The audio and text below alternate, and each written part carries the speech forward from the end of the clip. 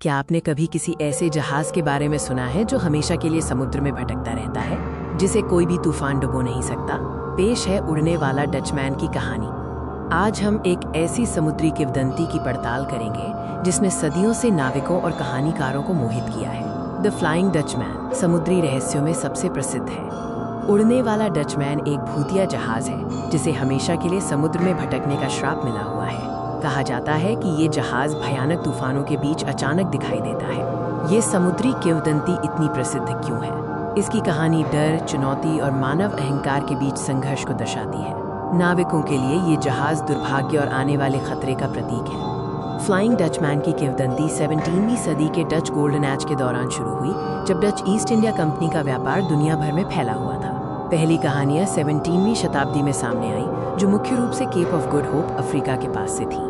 ये इलाका खतरनाक समुद्री यात्राओं के लिए कुख्यात था। सबसे प्रचलित कहानी के अनुसार जहाज का कप्तान वैन डेर डेकेन था, एक साहसी लेकिन जिद्दी डच कप्तान जो अपनी यात्रा पूरी करने के लिए किसी भी कीमत पर तैयार था। कप्तान की हठ और ईश्वर की निंदा के कारण उस पर एक भयानक श्राप लगा। ये श्राप ही था जिसने उसे हमेशा के लिए समुद्र में भटकने के लिए मजबूर कर दिया। एक बार केप ऑफ गुड होप के पास एक भयंकर तूफान आया।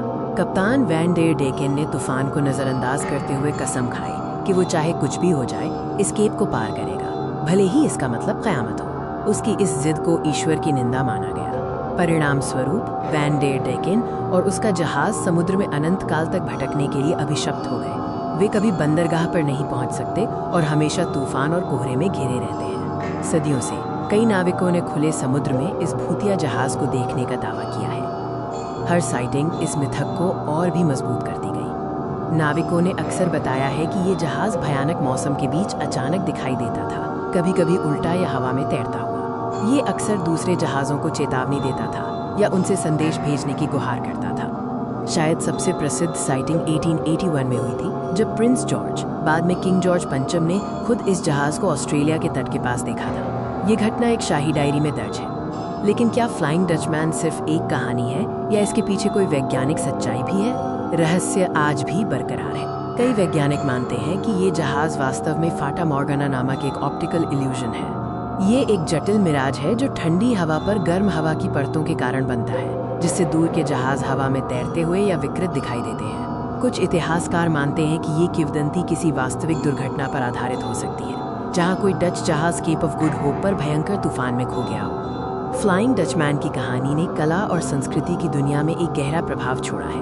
ये केवल समुद्री लोक कथा नहीं रही। इस पर रिचर्ड वैगनर का प्रसिद्ध ओपेरा द फ्लाइंग डचमैन बना। हॉलीवुड फिल्मों में जैसे पायरेट्स ऑफ द कैरिबियन में ये जहाज एक केंद्रीय और डरावना किरदार बन गया। इस कहानी ने नाविकों और आम लोगों के मन में डर, अंधविश्वास और समुद्र की अदम्य शक्ति के प्रति सम्मान पैदा किया है। ये मानव महत्वाकांक्षा और उसके परिणामों की चेतावनी है। उड़ने वाला डचमैन एक मिथक से कहीं ज्यादा है। ये समुद्र के खतरों, मानव आत्मा की दृढ़ता और अनंत भटकाव के भय की कहानी है। इसकी कहानी हमें याद दिलाती है कि प्रकृति की शक्ति के सामने मनुष्य का अहंकार कितना छोटा है और कभी कभी अपनी जिद पर अड़े रहने की भारी कीमत चुकानी पड़ती है। तकनीक के इस युग में भी फ्लाइंग डचमैन की किंवदंती नाविकों की कहानियों और लोकप्रिय संस्कृति में जिंदा है, जो समुद्र के शाश्वत रहस्य को कायम रखती है।